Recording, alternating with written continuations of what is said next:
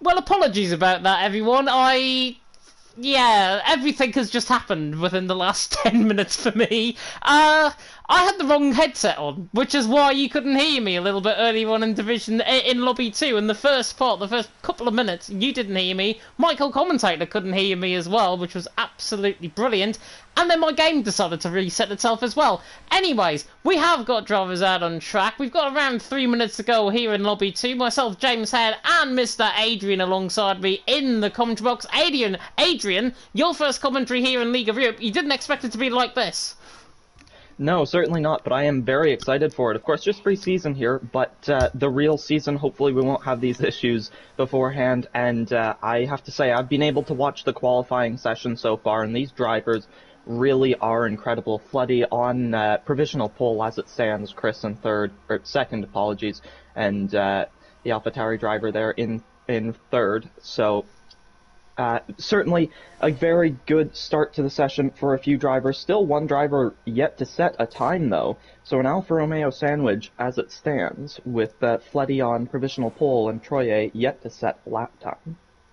Yeah, yes, a lap time. Dutchman there out on top. Conor Keith there, though, going third. The Brit, 8 tenths improvement, actually, on that lap. So very good showing there from the Ferrari to go third. Was 4.5 tenths up out of the middle sector, so looked very good in terms of his lap time. Oriel Coxey, by the way, is apparently out there on the track. I don't think he's actually in the lobby, because he's stuck in the garage for me, which is absolutely unbelievable. Just comes to show how broken this game is sometimes. Ariel Ferral is on a lap as well. He's actually run out of fuel, coming through the right-hander of the hairpin. Just trying to see who might be furthest on an outlap. I believe it might be Troye who's going to be the first out on track. The man of CPI, they qualified, of course, in Legacy Division in WR, and he'll be looking to try and get a good lap time on the board. He's there in 16th position. Patuka, though, I think, is the furthest man out on track. Adrian, he's there in 9th minute, at the minute, the Finn. 31.517, looking to try and improve on his lap time. Yep, just going through towards the end of Sector 1 here, a 23.9, just barely not improving, about 15 thousandths down on his lap time, but navigating that hairpin well. It'll be an S section from here, one of the more technical sections of China. China, overall, a relatively technical circuit, but it has its easier sections. This is not one of them. Hitting the brakes hard into this double left-hander. We'll see how he does coming out of Sector 2. We'll see if he's improving or still losing more time. He is improving by just over 1.5 tenths. So as Farrell retiring from the session, it's going to be Patuka going through the long right-hander onto the long straight. He'll have DRS, he'll have ERS, he'll have a long way to go until the next braking zone. Yeah, looking really good. I've got to say, the Finn on his lap time right now, he is improving, as you mentioned. Going to get a little bit of traffic, though. One of the Aston Martins, I think, that's D-Mort, I think, just preparing up for a lap. He's the only Aston Martin out there, along with Chris, who might be actually on an outlap right now. Patuka, though, was looking good. He is coming now in toward the final corner. The Finn looking to try and improve on his lap time. A little bit squirrely, coming out the final corner on the run to the line. Goal 6th position, though, so good lap time there by Patuka. Troye as well on a lap. He's now the furthest on. 50.8 in that middle sector is very competitive, so the Alfa Romeo looking to try and set a good lap time on the board right now, and it's currently his teammate Fleddy, who's out on top from Chris in second, who retires there into the first couple of corners. Not sure if he's crashed through that. Don't think he has. I think everything's okay with Chris. He's just retired from backing off on his lap. Troye now in toward the final couple of corners. The right-hander of turn number 14 in toward the left-hander now of turn 16 at the final corner. He's currently in 16, looking to try and improve on his lap time. Looking very good as Troye on the run to the line. Wow, goes quickest. That was his only run of the session, and a 30.545, clearly quicker, but Fleddy is improving 300s in that middle sector. That Alfa Romeo team looking very strong on the provisional, just a provisional front row lockout as it stands. That is really an incredible lap from Troye, especially being his only lap of the session. I am extremely impressed by that. I did not see that coming, I have to admit, but just to add to all the chaos of the session so far, we've got him on provisional pole as it stands, but that's not it for the session. We've got his teammate Fleddy improving a little bit as he comes up to the line. He doesn't improve in the end. He does not quite take pole, so he'll have to settle for second at best. Patuka's 7 seconds down on his lap, so I reckon unless Kryko is improving, he is a little bit We'll see if he can take any positions higher up. He goes up to 15th, so that should be your qualifying order for today. Yeah, I think it is your qualifying order for today. Patuka there. Coxey going 6th, even though he was in the pit lane on my screen. So not sure if Coxey has had a bit of an issue potentially in terms of this session. He's set a 31 flat though. Going 6th position. Invisible, which I've never, again, ever seen before on this game. So everything is new to me, quite literally. Troye out on top, Fleddy there in second, Chris there in third, off the back of a very good qualifying session. One of the drivers that I drove with last season, actually, NSX Bosnia, down in 16th position. The man who I think does belong in Division 3 and Lobby 3. He's here in Lobby 2.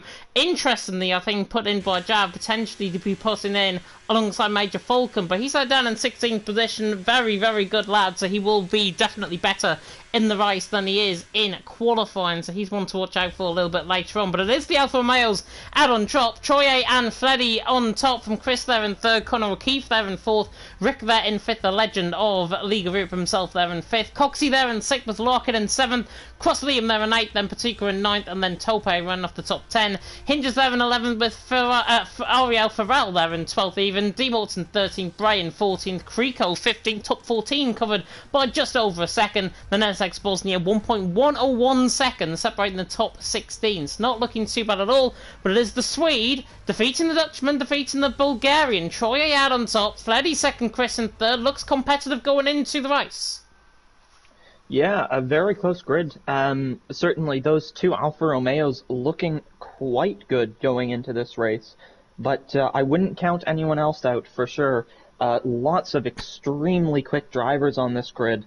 We'll see how it goes in the end, but I have to say I'm very, very excited for this race. And of course, your first time here in League of Europe, as well. I was going to say in League of Europe Division 1. I've been so used to that in the last 9 seasons of here in League of Europe. But what we do have this season, of course, is a brand new mandatory 2-stop rule. And this is going to be implemented within pre-season. So potentially, we are going to see quite a mix-up in terms of the grid. Quite a mix-up potentially in terms of the order as well. Should make for closer racing as well. That mandatory 2-stop even, should be interesting from the drivers, because I did a little bit of practice earlier on. Mediums, softs is what I'm tending to go for. Not sure how drivers might feel about that though. Well, actually, with you mentioning that, it's just crossed my mind. I wonder if what Troye might have been doing with only setting one run is I wonder if he was maybe trying to save his soft tires so he could use a couple sets of them in the race. Go, say, soft, medium, or soft, medium, soft, or something along those lines. I wonder if that could be a possibility. I can't say for sure, of course. Only Troye can, but it's an interesting concept for sure. We'll see if that's what he chooses to do.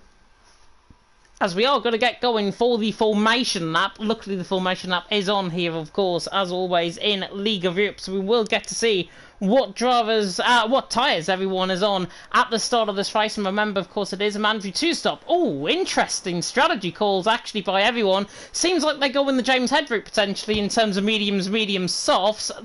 An exception, though. Fleddy on a set of softs, Chris on a set of softs, and Patuka on a set of softs. And then we've got Conor O'Keefe and Coxey on a set of hard compound tyre. Interesting look, actually, at most of the field, because most of the field have tended to go set of medium compound tyres. You get 2 fresh set of medium compound tyres as well, and then you get a fresh set of softs, I believe, in the race as well. So drivers will be looking to try and do that. But Troye out on top, Fleddy alongside him on the second row of the grid, Chris there in third as well on the set of softs. Going to be interesting to see who gets the traction off the line. Yeah, certainly I would guess that Fleddy, at the front at least, will have the advantage being on soft compound tires. But that being said, I've watched people on hards get better starts than people on softs, so that's no guarantee that he'll be leading into turn 1. But it certainly does give him the advantage, and advantages like that are everything when it comes to racing. You want to, get a good start. You don't win the race at turn 1, but you can lose it, so the only important thing I'd say is that they don't, collide, the two Alfa Romeos or really anyone else on the grid, because you don't want to be taken out of the race so early on. Yeah, and if you do get taken the race so early on as well, it's going to be very difficult to come back because with it being pre-season, we've got no safety cars and there's no damage on as well. So drivers can, of course, do the reset to track if no one's around, and maybe that'll get looked at by the stewards and maybe glossed over for this week. But if drivers do have that incident going in towards turn one, or going, of course, as we've just seen with Patuka and Liam actually getting cold tyres now on the grid, both of them getting disqualified for hitting each other underneath the formation lap. Going to be interesting, though, to see how everyone is going to fare out on track. I'm going to push you, though, Adrian, for a prediction. Who is your first top three of League of Europe? It's really impossible to say. I'd say Troye, Fleddy, and maybe Chris. I mean, it's the top three on the grid. It's really difficult to judge at this point. I wouldn't be surprised. Connor O'Keefe seems to know what he's doing with those hards, so either that or he really doesn't. We'll see. Maybe he can put himself into the top three. But lights are about to go out.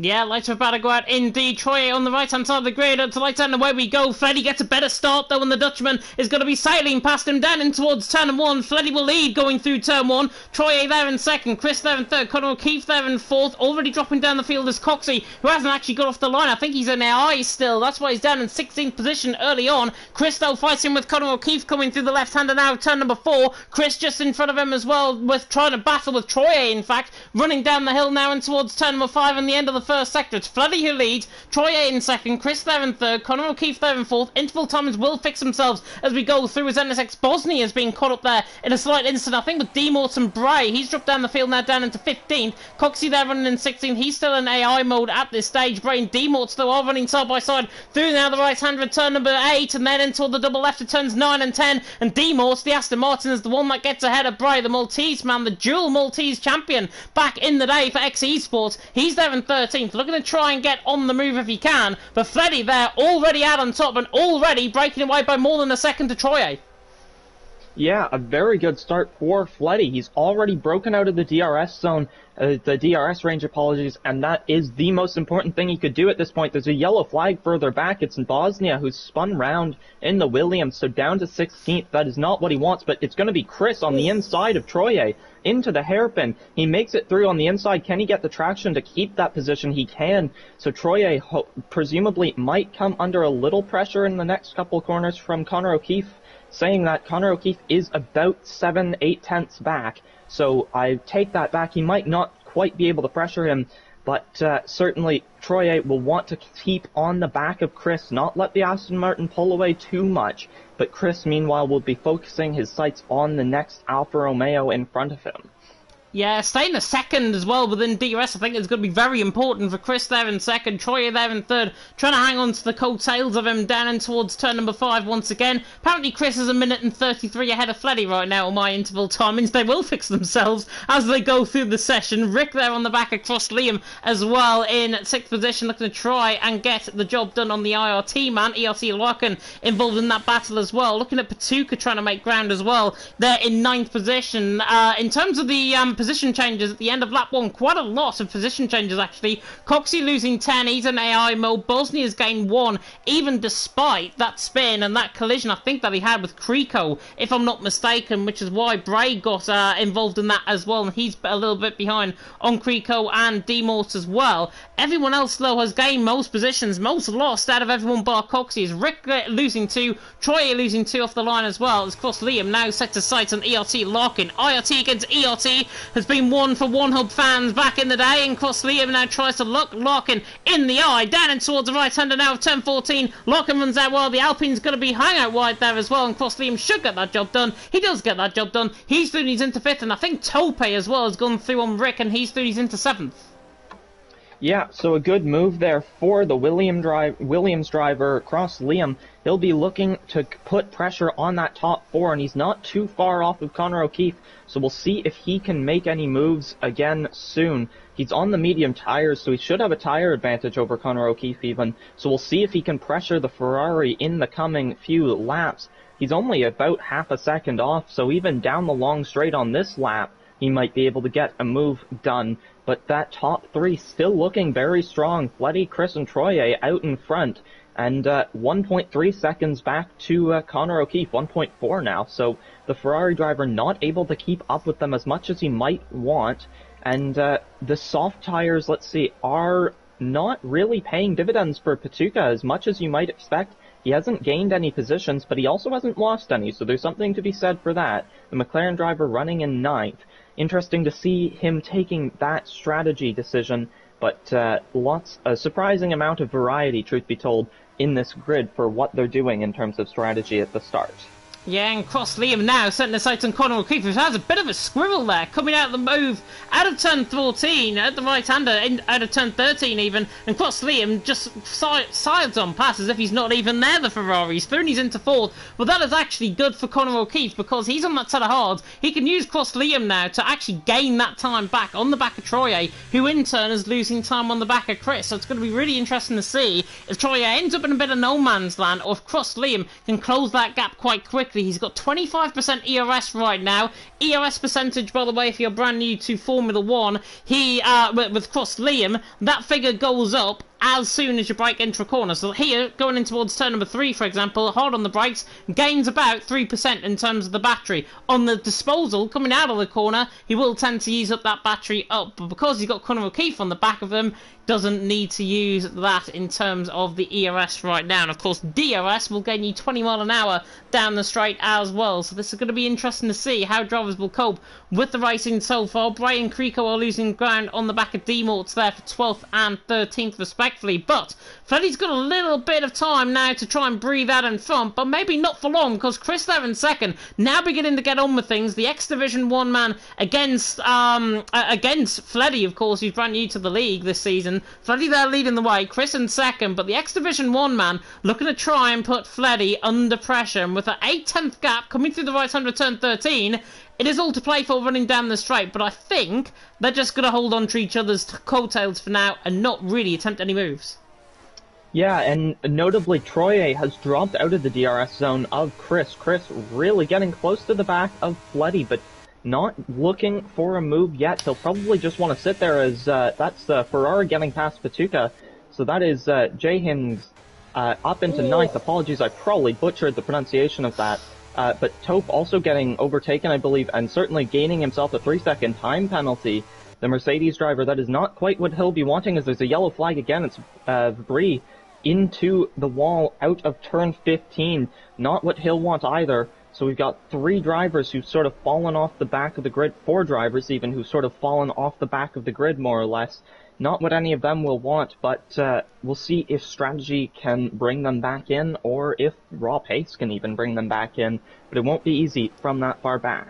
Yeah, with the Relentless Man, by the way, in 8th, I think he got forced off by Rick. I think Rick made a late move down into turn 14, which is why Tope then ended up completely out wide, and then picked up that 3-second penalty as a result. So, of course, there's no stewards reports probably going to be had in pre-season, but if that was a real-life race, as Farrell there has spun the F2 man, the former F2 Constructors Champion, indeed, here in League of Europe, he has spun there coming through the left-hand out of turn number 7 on the curb. Very easy to do. I did that in practice as well, so don't worry. Farrell is finding that out very easily, I think, from me rather than anyone else in terms of my practice. The Irishman trying to look there to try and gain back in the race. But yeah, back to Tope. He's now under pressure from the Ferrari man of Jay Hings. Hings is doing a good job there. The Ferrari on the back of the Mercedes, even down the straight in toward the right-handers. We might see a change for the lead very soon. Chris there getting on the back of Fleddy, maybe just putting him under a little bit of pressure. Not going to be happening down and towards this part of the track, though. Nothing really happening in terms of this part of the track either. But we will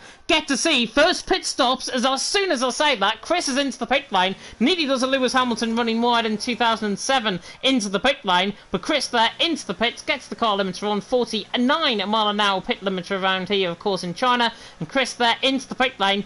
I'm not surprised he actually came in that early. Yeah, and also worth mentioning is that Cross Liam's right on the back of Troye, but as you mentioned, the strategy really starting to play out here. We've got our first pitter, and I think people will be watching, if they can, they'll be watching to see if he starts to gain or lose time, or really just how he does in comparison to the drivers around him. See if it's worth pitting this early, or if maybe they want to extend their first stint and have some shorter second and third stints. we'll really have to just wait and see, but I would not be surprised to see Floody or Troye, even Cross Liam, reacting in the coming laps to see if they can overcut or if the undercut will be more powerful. I've seen, I believe, the undercut be quite powerful at this circuit before, but the tire wear does really drop off towards the end of the race. That being said, that's with a one-stop. It's hard to say how it'll be on a two-stop strategy, and all of these drivers will be at least on a two-stop, as that's another spinner for the Red Bull. The Red Bull's having a really tough time today, spinning around. And Larkin, I believe, getting overtaken by Rick, and Crossliam getting past Troye. So when Demort's getting past Patuka, so a lot of movement all around the field. Really interesting to see. Nobody pitting quite yet in reaction to Chris, so I wonder if Chris maybe blinked too early. Patuka is also pitting, though, actually, in the end, nearly throwing it into the pit wall as well. I think that might be something we see a fair amount today, of people pushing a little bit too hard into the pit entrance. But nobody hitting the wall yet, luckily. Yeah, they definitely will. Apologies about that. I was going in a little bit too early there.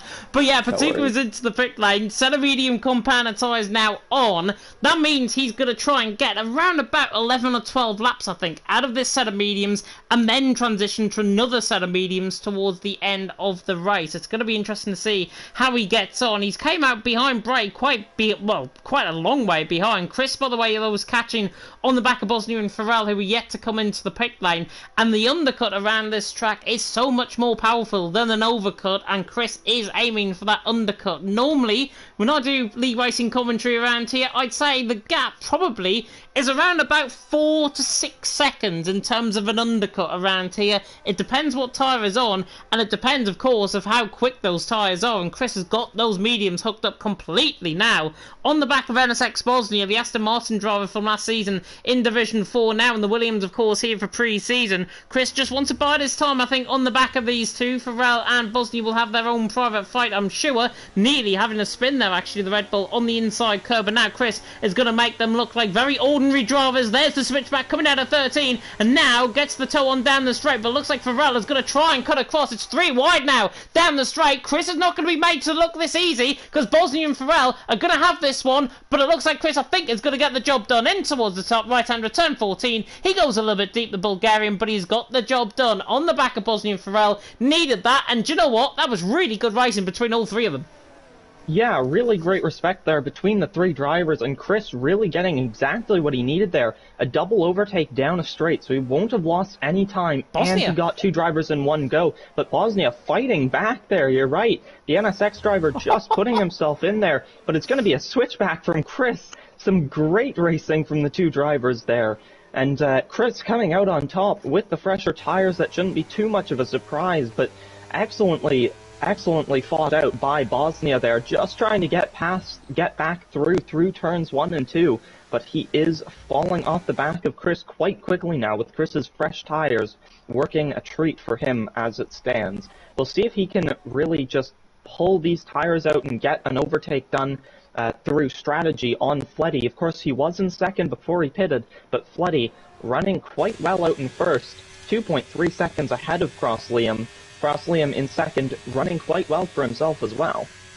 Yeah, undercut, by the way, is going to be so much more powerful, as I say, than overcut. And the gap, I think a pit stop around here is about 22, 23 seconds, around about that. And Chris there, 20.3 seconds behind. So Fleddy comes into the pit lane this lap, which I'm expecting him to. He actually continues on, so Fleddy clearly not listening to me here on the stream, at least. Does he know, hopefully, that it is a mandatory one stop? But it is a mandatory two stop, certainly, in this race, as Jay Hings is into the pit lane from a set of mediums. Interesting call, actually, to come into the pit lane this early, I think, on lap 8 out of 28 here in China in the pre-season race. Jay Hings is into the pit lane, set of medium compound tyres going on, and that now means he's going to have to force those tyres again 10, 11, 12 laps around about that point, maybe to get a set of softs to the end of the race. Patuka is going to go past him on the left-hand side along with Bray. They were fighting in towards turn number 1 as well. So Jay Hings in, Bosnia also into the pit lane as well. He's going to be behind.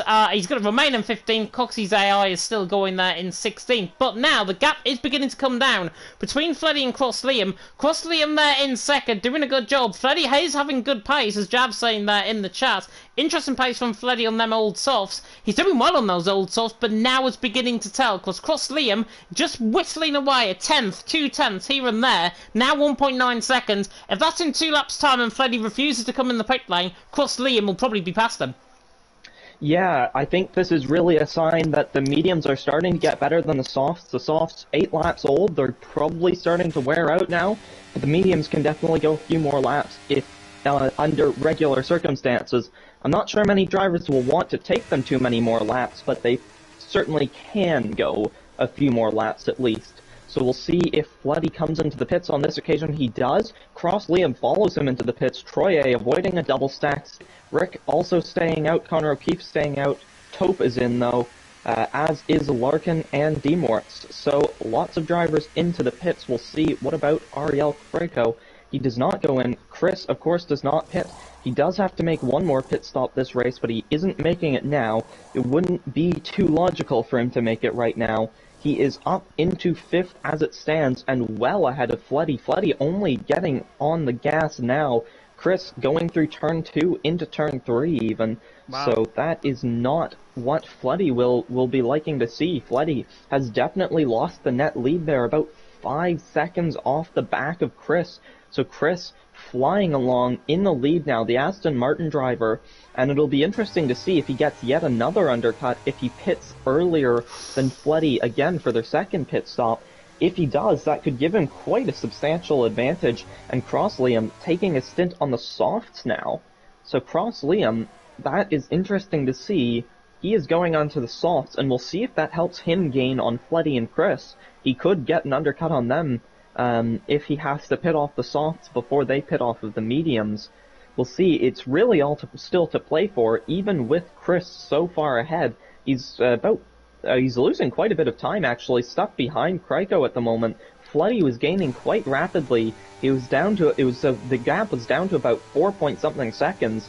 It's down to about 4 seconds now, as Taupe getting past Fabry. Fabry still fighting it back, though, on the outside of turn 13. It's going to be really close down the straight, but with Taupe getting DRS, Larkin getting past both of them from the looks of things, actually.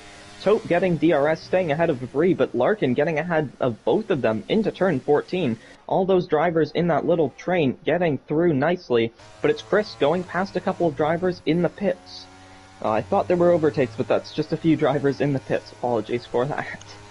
And Taupe now latching on to the back of Larkin. Larkin was lurking for that position, but Taupe now says, you know what, I'm going to come through on you. He's through, and he's into 8th position. On the back of Larkin, Larkin there in 9th position. Demort's there in 10th, Connor O'Keefe there in 11th. Yes, you will know that is the first pun of the night if you've been used to my commentary in the past. But there we are. Rick leads the way, Chris in 2nd, Fleddy there in 3rd. But the interesting thing is, between Chris and Fleddy, that gap was 5.1 seconds when they come out the pit lane. It's now 3.5. Those mediums only last around 6 or 7 laps into their stints before they really begin to wear off, and Fleddy now on the fresher compound tyre. This will be probably around about 15% fresher tyres for Fleddy compared to Chris at this stage. Cross Liam there in 4th, trying to make an impact as well, but he's got so much time to gain up. I don't think he's even going to be in DRS range right now on the back of Fleddy. So Fleddy now has to focus on his own race. The gap now 2.8, 2.7. Not sure if Chris made a mistake there through the chicane, but he's just lost, what, half a second almost coming through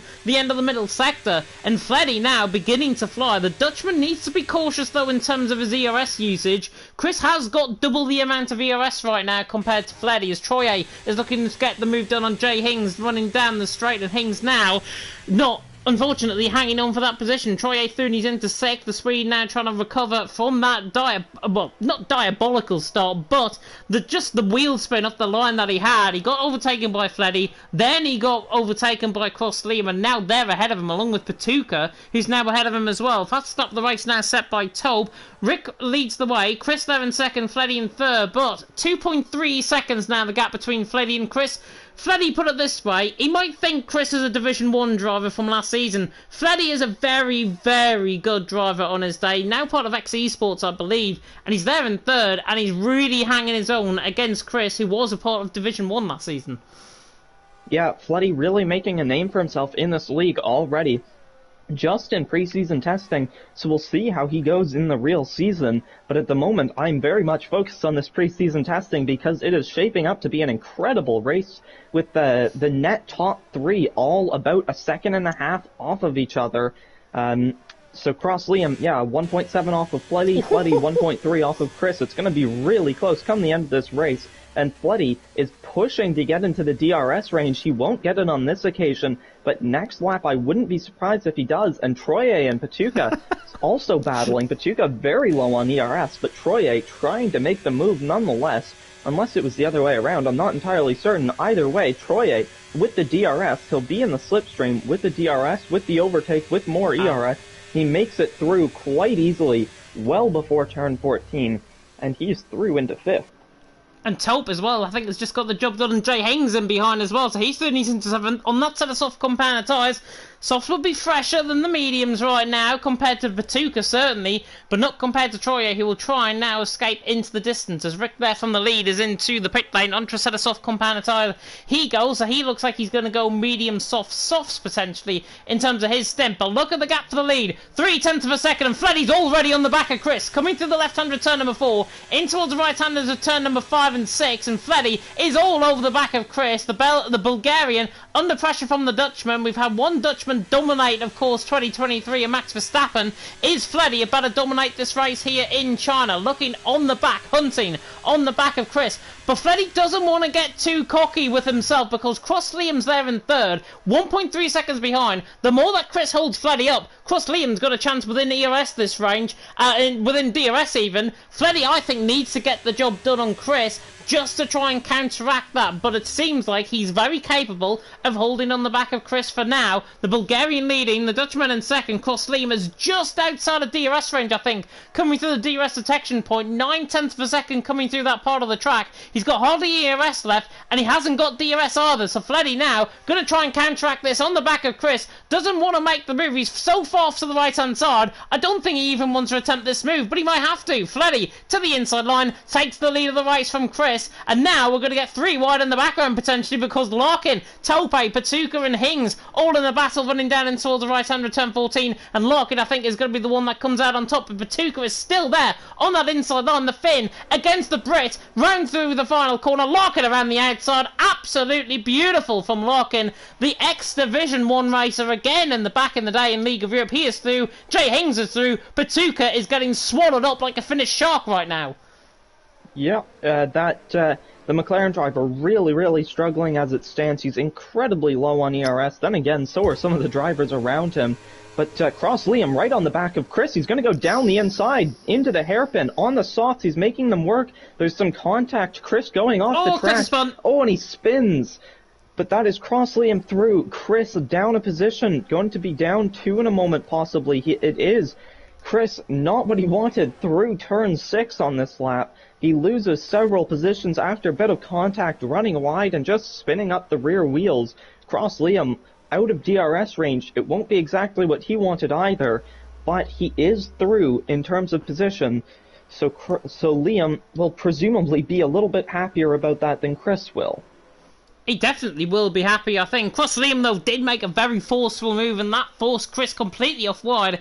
Once you get caught in that AstroTurf, it will force you to spin the car, and unfortunately the Bulgarian is now under pressure as a result from Larkin, and Larkin now on the back of Chris, looking to try and get the job done to the inside line. The Brit overtaking the Bulgarian to the inside line, goes ERT Larkin, he's shooting through and he's into 5th, but Chris says, you know what, I'm going to have absolutely nothing to do with that. He's still on the outside line, but Larkin in the end with the traction, and the excess tyres gets the job done. He's through and he's into 5th, Chris there in 6th, Hings there in 7th, Demort's there on the back of Patuka, running out wide there slightly through the final corner, and now Conor O'Keefe is going to try and side his way through the middle of them both. Is it going to be like a parting of the Red Sea moment to the inside line? Is it through? Goes Conor O'Keefe to the inside of turn number 3. He might have 1 in Patuka, might get 2 in Demort's, 3 wide through here, never works, but the Ferrari is going to try and now look on the back of the McLaren. McLaren there is nearly spinning his way, coming through the left-hander of turn number 4. Conor O'Keefe is through around the outside, just about negates the McLaren, and he's through and he's into 9th position. Patuka there in 10th. Again, very strong racing being shown, and all of this does is now bring Taupe, Larkin, Chris and Hings all of them back together with the likes of D-Mort, Conor O'Keefe and Patuka. So this battle's still not over and done with, and this is for 4th. Yeah, and I tell you what, I don't think I've ever watched anyone successfully go 3 wide through turns 1, 2, and 3 at this circuit. I'm not sure I've seen it, period, much less successfully, but these drivers able to do it, and that, I mean, massive respect to all of these drivers for being able to do that kind of thing. It really shows the respect that this league has with the drivers respecting each other and track limits and all of it. Just wow. That is really incredible. I just, wow. I've got nothing more to say than wow, but Conor O'Keefe going down the inside on D-Mort's, gotta focus on that. The Ferrari drivers now 7 and 8, one after another. Sorry, you're gonna have to take over. I can't get over that three wide moment. It's leaving you completely speechless, I can tell. D-Mort's there on the back of Conor O'Keefe, and now the Ferraris are side by side through turn number 1. Gets caught on the inside curve there slightly, Conor O'Keefe, but now D-Mort goes through, surely to the inside line, through turn number 1. Hings there on the inside line, now in towards turn number 3. Rick right involved in this as well. Where has Rick come from? He's on that set of soft compound tyre. He was so far down the field. He's now involved in this battle, and he might make it even 3 wide in towards turn number 5, and he does. The Finn to the inside line, trying to get the job done. Never gonna work. Conor O'Keefe has spun. He's the innocent party in all of that. Patuka getting caught up in that as well. And now they're 3 wide coming through turn number 7. Patuka, Jay Hings and D-Morse. The driving standards just beginning to drop slightly in what has been overall a very strong race so far. Jay Hings there to the inside line. Patuka getting that job done. Conor O'Keefe, though, you've got to feel sorry for him. He was the one caught up in all of that. Rick there making it 3 wide. Shouldn't have made it 3 wide. He is an experienced figure in League of Europe. He's a bit like me in League of Europe. Do not go for a move that is not yours, and Rick, I think, has probably learnt the hard way with that one. Yeah, I think he wasn't quite the way he would have intended to do it, but he did make up 3 positions in 1 corner, now 4. So, I mean, that's something. 4, wow, okay. Oh yeah, 4 now. He's getting past Chris as well, as Larkin's getting past Tope, and Troye is getting past Cross Liam. So much movement throughout the field, just in one corner and 1 straight. So that is Rick through into 6th now. He's got some good pace on these softs, even if the move making is not always the cleanest at this point, as Chris is into the pits for a second pit stop, the first of the grid to pit for a second time. So we'll see how that goes for him. He'll be undercutting the entire grid. That worked a treat for him last time. We'll see how well it works this time, as Rick just getting past Tope there. So Rick is on the back of Larkin. I think Larkin must have gotten past Tope as well there, because I think Tope was ahead of the both of them. I could be mistaken on that, though, as Chris still in the pits, getting overtaken by more people. Chris comes out of the pits in 14th. Vabri, the only driver behind him, in the pits as well, of course. Conor O'Keefe getting past D-Mort's, though. So the Ferrari driver making up some positions again after that really unfortunate spin that he had. Yeah, and you're right as well. Larkin, I think, got the job done down in towards turn 14 on the back of Tope, and therefore Rick now on the back of Larkin. These two old stalwarts in League of Europe. I'd like to see a battle between these two. There is a yellow flag, and that is for the Red Bull, who I think just spun coming out of the pit lane. In fact, that was Bree coming out of the pit lane. The Maltese man down in 15th position, very much struggling there at this moment in time. But Rick certainly in a hurry. Maybe wants to watch me in Division 3 a little bit later on. He's now on the back of Larkin, running down the straight in towards turn 14. The AlphaTauri, or now to be called the Racing Bulls, I think, in real life. Rick to the inside line on the back of Larkin, gets the job done. He is third, he's into 4th. Larkin there down into 5th, and Larkin on those medium compound tyres. Rick, though, on that side of softs, will begin to feel those tyres very soon indeed, as Larkin will hold on to the back of him. We'll try and maybe get the move done in towards turn 1, as we see Patuka into the pit lane, Jay Hings into the pit lane in the background as well. Freddy leads the way, by the way, by 2.5 seconds. Troye in 2nd, Cross Liam there in 3rd, Rick in 4th, and Larkin 5th, Tope in 6th, and Conor O'Keefe 7th, D-Mort in 8th, then Patuka now 9th, Jay Hings 10th, then Kriko, Farrell, Chris, Bosnia, Bray, and Coxey, the 16 driver, still continuing on. Myself, James Head, and Mr. Adrian, otherwise known as Nexus Bunnies, here in the commentary box for you in Division 2, for Lobby 2, and indeed for Division 2 for the rest of the season, as now Jay Hings and Patuka come out of the pit lane. Fleddy holding that gap, though, 2.7 seconds the gap over Troye in 2nd, Cross Liam there in 3rd. I think now, personally, is the perfect time. If I was the man in P3 right now, Cross Liam, I'd be coming in this lap, try and get an undercut on Fleddy and Troye. Yeah, certainly it would be a good idea to try and get the undercut. We've seen how well it works. I wouldn't be surprised if he tries that. Only about 10 laps to go left in this race. So certainly you could bring just about any set of tires to the end of the race. I think we've seen drivers go 10 laps on softs already in this race. So we'll see if anybody else does it again in the final stint. Let's see. Just watching the top three, will Floody pit, will Troye pit, will Cross Liam pit? Let's just wait for a moment as D-Mort's getting past Connor O'Keefe. Floody is not into the pits, Troye is not into the pits, neither is Cross Liam, so not taking your advice there, not quite taking an undercut yet, but we'll see if he goes for it eventually. Rick back up into fourth. He was leading the race at one point, but that was only on strategy. He hadn't pitted yet, as Chris getting past Farrell down into turn 14. Strongly through before the braking zone. Apologies there, I cut you off. Go ahead. No, go on. Continue. Nothing really else to say. I mean, Farrell actually into the pits. Connor O'Keefe also in the pits for, I suppose, his last pit stop. Everybody now who's pitting is making their last pit stop, presumably. And Bosnia also into the pits. That is the three drivers into the pits on this occasion. Patuka right on the back of Jay Hings. We'll see if he makes a move through turns 1, 2, and 3. But it's not going to be anything into those corners, but we could see a move into turn 6. We've seen drivers making moves there all day long. We'll see if he goes for it. The McLaren on the Ferrari, that's a classic battle. And one that we're going to get to see right now. He can't quite make the move. He was looking at the outside, almost gets forced off the track. Jay Hings just barely giving him enough space there. But through the S section now, we'll see how Patuka can stay on the back of him. He's going to have to line up something onto the long straight, surely. I don't think there's going to be any other overtakes made on this occasion other than these guys. Most people dropping out of the DRS range of the car in front of them. Cross Liam still in DRS range of Troye, but not really making an overtake as it stands. But Cross Liam is into the pit lane, so he's taking the undercut now on those soft compound tires. We'll see how that works out for him. Yeah, Patuka and Jay Hings as well going to have a battle down the straight. Should be an easy one, this, for Patuka. Down into the straight, down in towards 10-14. Should be even before the corner. Gets the job done. He is through. Tolpo picks up a 5-second penalty for speeding into the pit lane on top of his 3 seconds for getting forced off track by Rick. Might look into getting those removed. It is pre-season at the end of the day, so I don't think it will be the case. There is a yellow flag coming through once again. The right-hander of turn number 13, and I think, again, that might have been Oriel Farrell this time. Sorry, Bray, in fact. Once again, that has spun. Cross Liam's came out behind Creco. The gap between himself, Fleddy, and Troye right now is 25.4 seconds between Fleddy and Cross Liam. 23.2 seconds, that is, between Cross Liam and Troye. So keep an eye on that gap in your mind.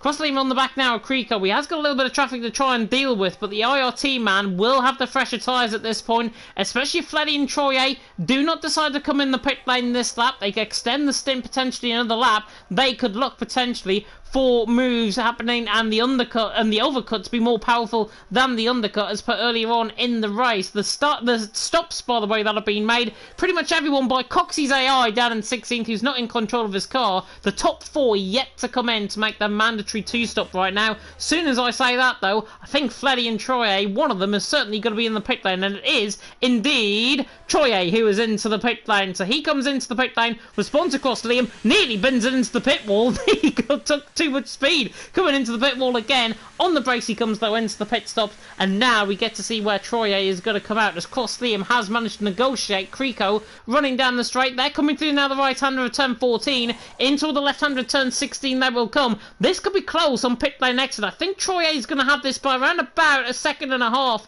on the exit of the pit lane, but this is going to be a lot closer than what we thought. There's Troye, there's Cross Liam. Cross Liam should be getting out the pit lane, and it's going to be less than a second between them both. So that undercut again, very powerful. But now Troye's on a set of softs, and he's nearly got Cross Liam out of DRS range right now. Perfect opportunity for the Alfa Romeo in second. Yeah, and Cross Liam should have the warmer tires, so we'll have the advantage for half a lap maybe, but it won't last for very long. The soft tires should be very, very powerful for Troye, and we'll see if he can undercut Fleddy. Fleddy should surely be reacting to this pretty soon. I can't imagine he's forgotten about the two-stop rule, given he's been seeing so many drivers do it. We'll see if he comes into the pits on this lap, next lap. He'll have to do it soon, no matter what, though. Those mediums are getting worn, and the softs are not worn for Troye. They are extremely fresh, as he actually sets a purple sector, too. So I tell you what, Troye's already got those tires up to heat and up to speed. Let's see how it goes. It's Fleddy into the pits, but Troye's gap is only 22.2 seconds at the moment. I don't know if he'll have him, but it's not going to, it's going to be close, I think. And actually, Fleddy into the pit lane was slightly slower than Troye coming into the pit. So that's going to put Fleddy again on the back foot. Might just lose him a tenth or two there, just from breaking in a little bit earlier. There was a yellow flag that's free once again. That is around the Maltese man at this stage. They're down in 15th. He's going to be like me, I think, in Division 3 a little bit later on. Fleddy and Troye, though, are side by side coming out of the pit lane. There's Troye. He's got him. Around the outside through turn number 1, Troye is ahead of Fleddy. But remember, Fleddy is on the fresher tyres. He's on that fresher set of soft compounder tyres. They will get really fired up pretty much through this first sector, and then by the end of sector 2 they will be absolutely on it. So Fleddy there on the back of the Swede Troye, cross Liam in third. Looks like it's between these three. Chris, by the way, after getting spun out, he's there in 4th position right now, 2.5 seconds off the back of Cross Liam. Troye, Fleddy, Cross Liam all back each other up. Chris is in there with a potential fighting chance later on in this race. He's covered very, very well. Could be prone though to everyone in behind, like the likes of Rick and Larkin, especially on that set of softs. But Chris doing a phenomenal job. He's there in 4th. Cross Liam there in 5th. As soon as I say that, though, commentator's curse. That's the first one of the season. Chris has made a huge mistake coming out of turn number 10. I better get off on board with him now, unless he spins. Yeah, and Cross Liam, I have to say, doing a very impressive job on the mediums here. He set the fastest lap on the race on the previous lap. I don't think he'll keep that. I suspect Troye will take that title on this lap of the race. But Fleddy right on the back of Troye, and Cross Liam still staying within DRS range of those two, doing a very, very good job on those mediums. He is indeed. Fleddy now on the back of Troye. With Chris's mistake, it's put him now completely on that back foot. Troye, though, sets the fastest lap of the race. Fleddy was on an outlap that stage, so now he's going to get geared up, but he's only got 10% of ERS left at this stage. Troye on 13%, Fleddy on 14%, Cross Liam on 5%. So Cross Liam, actually in all of this battle, there's another spinner. You can guess who that is without taking a shot. That is Bray, who was spun there down in P15. Again, down, at least he's now lapped Coxey's AI, which is a good thing. That's probably the best positive he can take out of this race right now. Barham being in 15th position and so far off down the field. There's no safety cars, remember, in pre-season. So if it was round 1 of the championship, he'd be wanting the safety car right now to try and impact on things, and maybe just to try and get him back into some sort of rhythm and some sort of resemblance in this race. Troye, though, lead the way. Liam nearly spinning. Cross Liam in 3rd, and you caught on board with that as soon as I did. Cross Liam nearly spun coming out of turn 9. Yeah, very, very close call for Liam. Just barely staying in the DRS. Oh, possibly not. Just over a second as he was going over the line. We'll see if he has DRS. Either way, really struggling on those tires all of a sudden. I wonder if he's hit a graining phase or something. Bray retiring from the race at this point in 15th, deciding it's not worth continuing. And, yeah, but that is the two Alfa Romeos incredibly close together, only 4 or 5 tenths between them. Fleddy right on the back of Troye. We'll see how this race unravels between the two of them, but I'd say Cross Liam is rapidly losing his chance to stick with them. He is losing his chance to stick with him indeed. Larkin there on the back of Rick coming through the final corner. Rick just pulls away on the exit of the final corner. Larkin's going to keep him honest though down in towards turn 1. Bray's AI, by the way, is coming right in front of the leaders. This is why he shouldn't retire in, not only in pre-season, but shouldn't retire at all, I think, out of the race. Bray there retiring out of the race. He's there down in 15th position. His AI then in turn affecting the leaders neatly there. And Troye and Fleddy are in a very, very good fight. So again, maybe looking at EA to try and fix that going into the next game, of course, of F1 24. Bray there leaving the session. Did specifically say, by the way, in the announcements just before we came live, because I read them on the stream, or, well, apparently on the stream. You didn't hear me, though, for the first 5 minutes of the stream. What happened, basically, is, of course, the, but with we also urge drivers not to retire in the pit lane. This is from Verstappen, who's the D1 organiser. We also urge drivers not to retire in the pits. This pre-season race gives us insight, especially for drivers new to the league, into their pace and racecraft. We want to do as good as a job as we can, placing you all in the right decisions, and by completing the full race, you give us more information to do this properly. I can understand in race perspective, I can understand from a mental perspective. I'm sure we've all been there in league racing. You have so many spins out on track, it's very, very difficult for you to continue on and break that down in 16th position, obviously feeling that he is done for the night. But what did you say last lap around? Cross-Lima's done with this. He's not. He's there in third. Now back on the back of Fleddy and Troye. Those softs beginning to hit the cliff, and Cross-Liam might be there for the taking, to be honest, there in third. Wouldn't that be incredible to see these two dominant Alfa Romeo drivers all race long, sitting out in front, looking like they're going to win, only Chris able to challenge them, and suddenly Cross-Liam's here. The strategy looked like it wasn't going to play out for him, but it just might. Too soon to say for certain at this point, but Cross-Liam, I think he was helped to buy Vibre's retiring car, but nonetheless, he's pulled himself back into DRS range. He's gained time since then, so he's also doing it on his own with his own driving skill, being able to muscle those mediums around each and every corner just a little bit faster than the softs. Well done to Liam for putting himself right back into this battle. We'll see if Cross-Liam can take one of the top two positions, but it's also going to be between Fleddy and Troye. These three so close together, it could be anyone's game. I could honestly see any of these three coming out in front out of turn 14 on this lap. But out of turn 13, we're into the DRS zone. I don't know if there's going to be any overtakes, but let's look at Fleddy. Is he going to make a move on Troye? He's going to look down the inside. He's going to go later on the brakes. He's through. Oh, he locks the rears, I think, but he just about makes it through the corner. He's through and into the lead. Fleddy taking the lead. Troye down to second. Hold on, was that the order before? I'm not even sure, honestly. No. My memory is terrible. It's fine, but Cross-Liam on the outside of turn 1 now. He can't quite make the move. He's going to try and hold it out through turn 2. It's going to be the inside for turn 3. If he can hold it there, can he make it later on the brakes into turn 3? But it's not a heavy braking zone, so that doesn't mean very much. Through turn 4, he just doesn't quite have the traction to take the position. He's down in third, but he's going to look for second. Down the inside of turn 6, can he make the move? He's through. Is it going to be a switchback for Troye, though? It is. He's got the traction. Can he make the move? It's going to be the outside for turn 7. Can Cross-Liam keep the position now that he's through? He can. So Cross-Liam taking second place in the Williams on the medium tires. And we'll see if he can push to catch Fleddy now.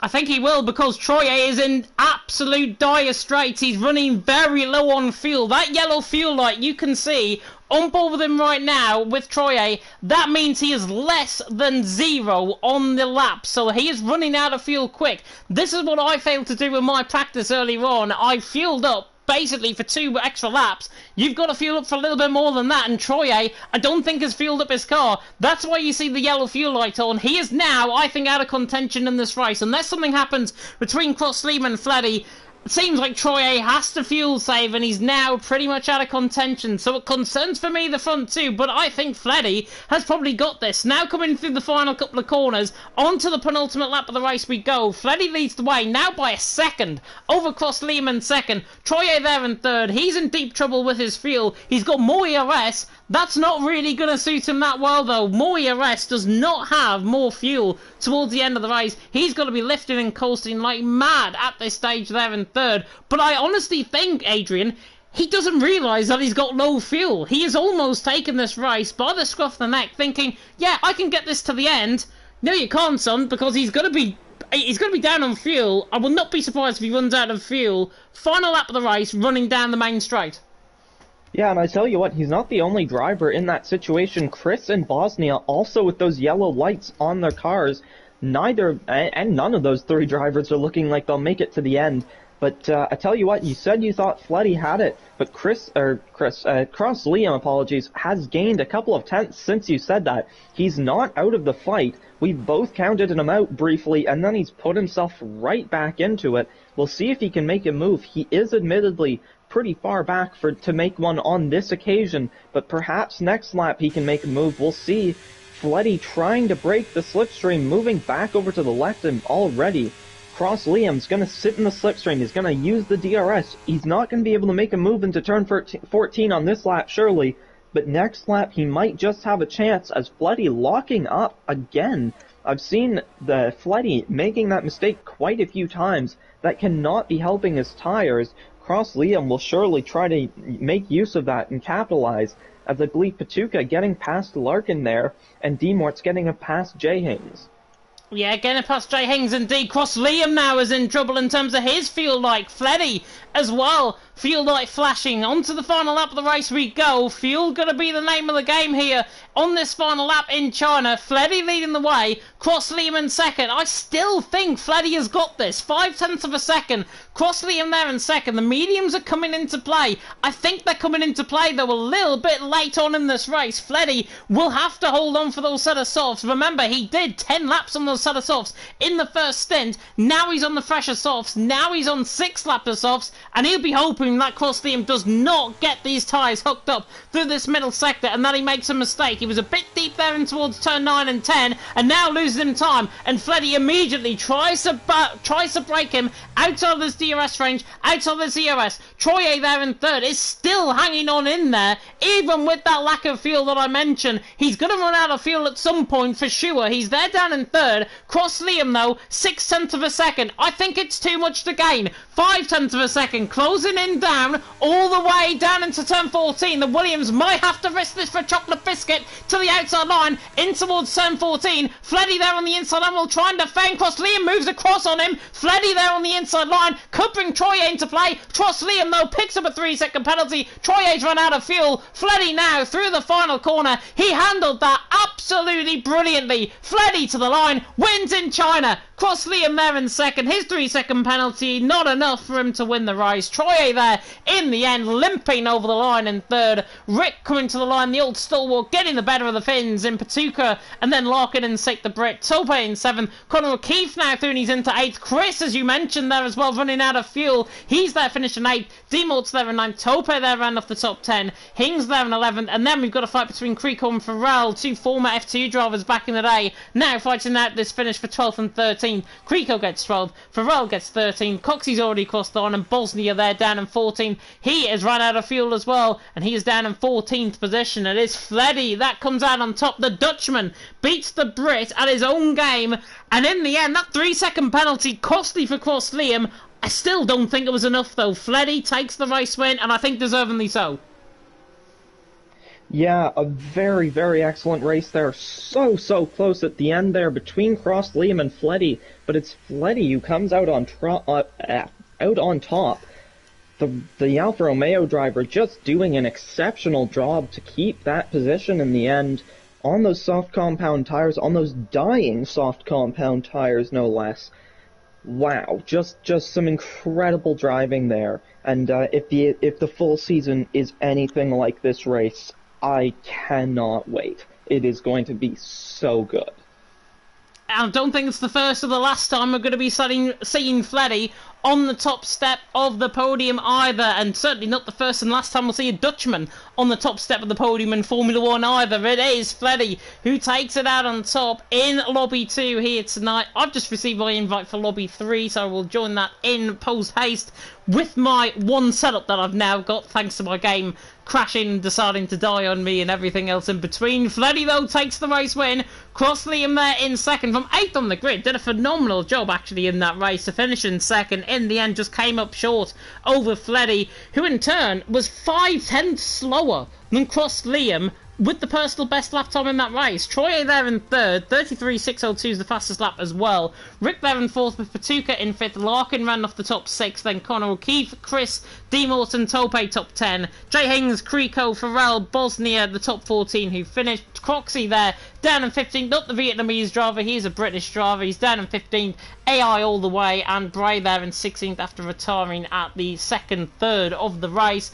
Fleddy though takes the win. Cross Liam in second. If that is anything to go by, not only does the mandatory 2-stop work, but racing works around China as well.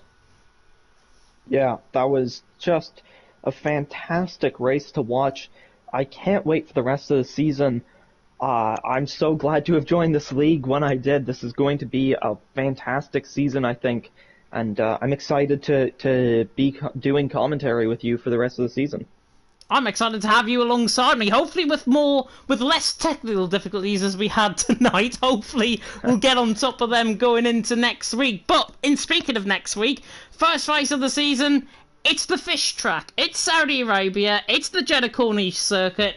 7 kilometers worth of driving there in Saudi Arabia. Gonna be interesting. Not only is that gonna be a nighttime as well, we could potentially see the threat of rain, as I had in a league race that I had on F122 in commentary. So hopefully we might get that. But Saudi Arabia next week, Adrian, gonna be interesting for the drivers, and it's gonna set the first stone in turn for what is to come for the rest of the season. Yeah, it's certainly a very difficult circuit. The concept of rain is just terrifying to me at that track. A street circuit, of course, a very, very high-speed one at that. It's going to be an incredible race regardless of whether I'm really looking forward to it. I think it's going to be fantastic.